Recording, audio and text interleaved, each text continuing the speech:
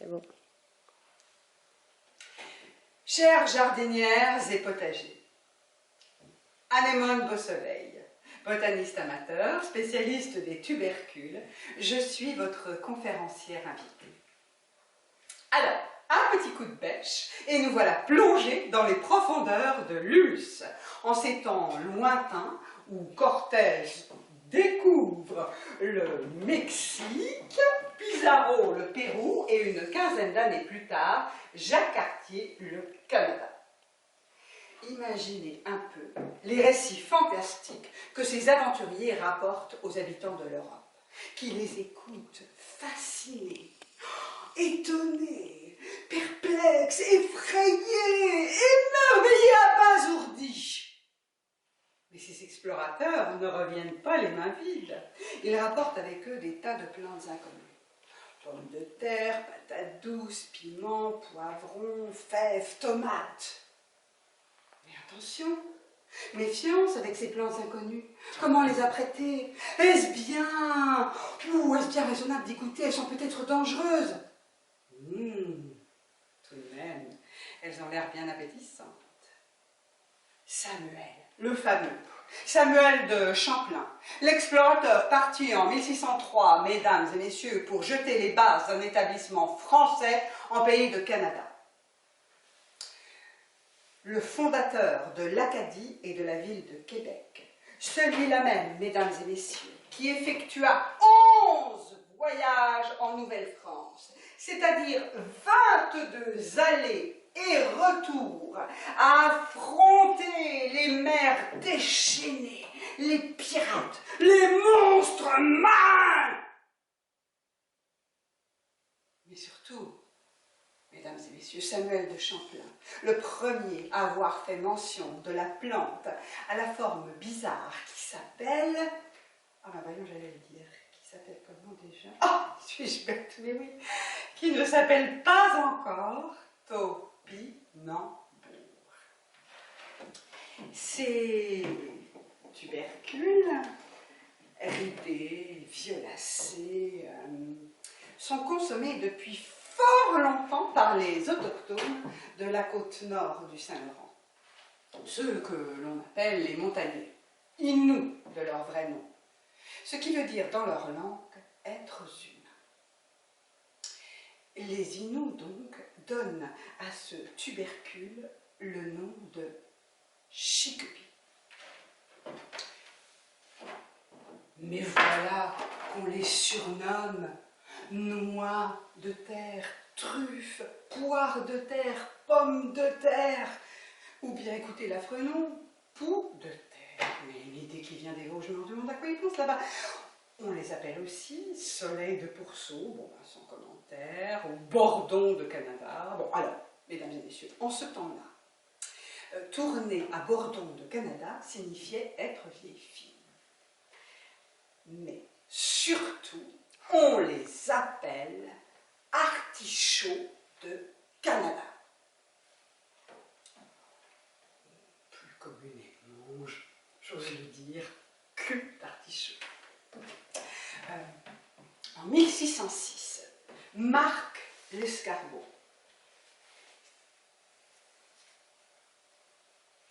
avocat, érudit, auteur de la première pièce de théâtre en Amérique du Nord, le théâtre de Neptune, présenté sur l'eau par les habitants de Port-Royal, je le répète, en 1606. Pensez-y.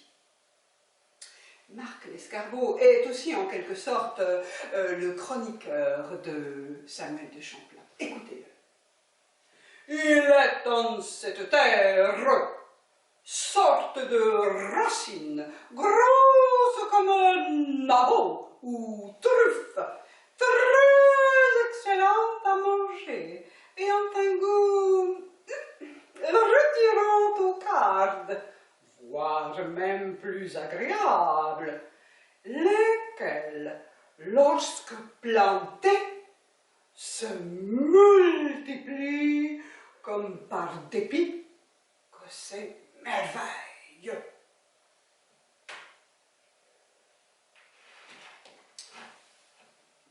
comme dit Monsieur l'escargot, la plante s'avère un tantinet envahissante. Bien que charmante avec ses longues tiges portant jolies fleurs jaunes. Et la plante se déplace en Hollande, en Italie, fait des petits là-bas. Et j'en passe, l'Allemagne, la France, bon, etc., etc. Un savant là-bas en Europe reconnaît sa famille d'origine, l'Helianthus tuberorus. Mais le malheureux, c'est Carl von Linné et le malheureux Linné, eh bien croit l'Helianthus tuberorus originaire du Brésil, mais le malheureux, trompé par ses fleurs, ça n'a pas de sens. Un autre savant, lui, reconnaît sa famille d'origine canadienne, mais lui croit la plante originaire de la famille des chrysanthellums. Oh, mais non, ça va pas. Mais c'est une insulte. Flottement, il faut bien le dire. Et le fait est que la plante n'a ni nom ni origine bien déterminée, la pauvre. C'est alors qu'au même moment, c'est-à-dire en 1603, débarque en France une délégation d'Indiens topinambas venus du Brésil pour donner du faste à l'entrée du jeune roi Louis XIII à Rouen.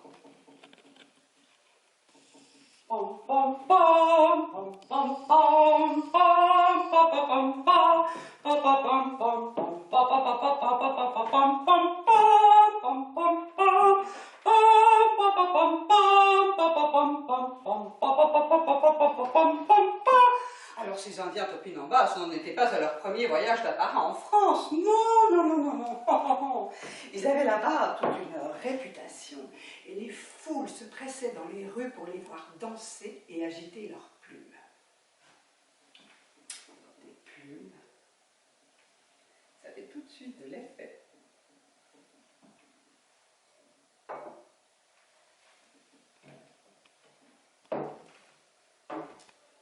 Et c'est comme ça que dans la grande traversée du temps, par un étrange tour de passe-passe, grâce à un voyage linguistique aussi mystérieux que fabuleux, que les Chickasaw des Inuits du Canada, par l'entremise des topinambas du Brésil en voyage d'apparat en France, deviennent des topinambours, puis des topinambous et finalement des topinambours.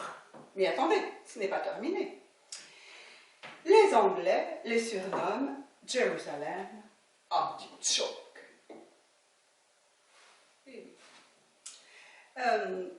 Appellation arrivée en Angleterre grâce à une cargaison du tubercule en provenance des Pays-Bas via un petit détour par le soleil de Jérusalem. Mais attendez, ce n'est toujours pas terminé parce que les Italiens, eux, les appellent girasole, la fleur soleil. Reconnaissez que notre cher topinambour est un voyageur étonnant, capable de s'implanter dans toutes les terres qu'il accueille. Parce que tout est bon dans le topinambour. Ses fleurs agrémentent bellement le paysage, ses tiges et ses racines font un excellent fourrage pour les bêtes, et ses tubercules ravissent les palais les plus raffinés. Mais voilà que finalement, ces origines rustiques, prolifiques, font que de la table des rois, il passe à la table des pauvres. Ah ben ça c'est mauvais pour l'image de marque. Et pendant des décennies, désormais, on mange le topinambour en signe de pénitence pendant le carême. Et on se met même à traiter de topinambour des personnes que l'on trouve grossières et bornées. Ça, le topinambour. Et attendez, qui veut noyer son chien l'accuse de la rage. Et on se met même à accuser le topinambour de donner la peste. Non! Oui! Avec tout ça, le temps passe, et adieu topinambour, et vive la pomme de terre, elle que l'on enchante de toutes les vertus. Et puis tout à coup, voilà la Deuxième Guerre mondiale. Ah ben alors là, rien de tel qu'une bonne guerre pour renouer avec les charmes du topinambour. C'est la plante idéale pour les temps durs. Elle résiste aux pénuries, aux intempéries, aux gelées, aux perquisitions de l'envahisseur. Si, que soit dit en passant, les Européens surnomment les dorifores, les bibites à patates. L'hiver 1942 est terrible. La guerre cruelle et sans merci. Les consommateurs dédaigneux qui levaient le nez sur les topinambours sont désormais bien contents de le mettre dans leur assiette. Parce que le topinambour, avec son rondouillard compagnon, le rutabaga, eh bien, à eux seuls, mesdames et messieurs, ils sont capables de nourrir des armées de civils et de soldats affamés. La pomme de terre, elle a capitulé depuis longtemps, morte gelée au champ de bataille.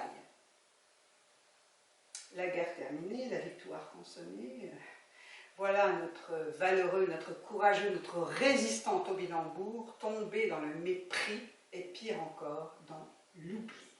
Pour presque 70 ans de purgatoire, c'est long. Mais il faut avouer que les consommateurs qui avaient mangé des topinambours jusqu'à satiété n'en pouvaient plus. Parce que, comme chacun le sait, la démesure engendre le dégoût. Rajoutez à cela les vertus carminatives du topinambour, de carminare, nettoyer. Et le fait est que le topinambour a le léger défaut de s'incruster dans les intestins des convives, suscitant un phénomène biologique connu sous le nom de flatulence. Ah bah, il n'en fallait pas plus à ces détracteurs européens, surtout pour répandre la mauvaise nouvelle qui, comme le topinambour, se répand comme le soleil, et à de traiter le topinambour de Pétain comme le célèbre, tristement célèbre maréchal. Bah, Pétain, pété, bah ça vous ruine une réputation. Hein. Mais la mode, chers jardinières et potagers, la mode a ramené du fond des sillons les légumes oubliés, les légumes anciens, dit-on, ou plus branchés, les vintage. Pour combien de temps, me direz-vous? Bah ça, seul l'avenir nous le dira. Mais le topinambour, qui a plus d'un tour dans ses rhizomes, s'en sortira toujours.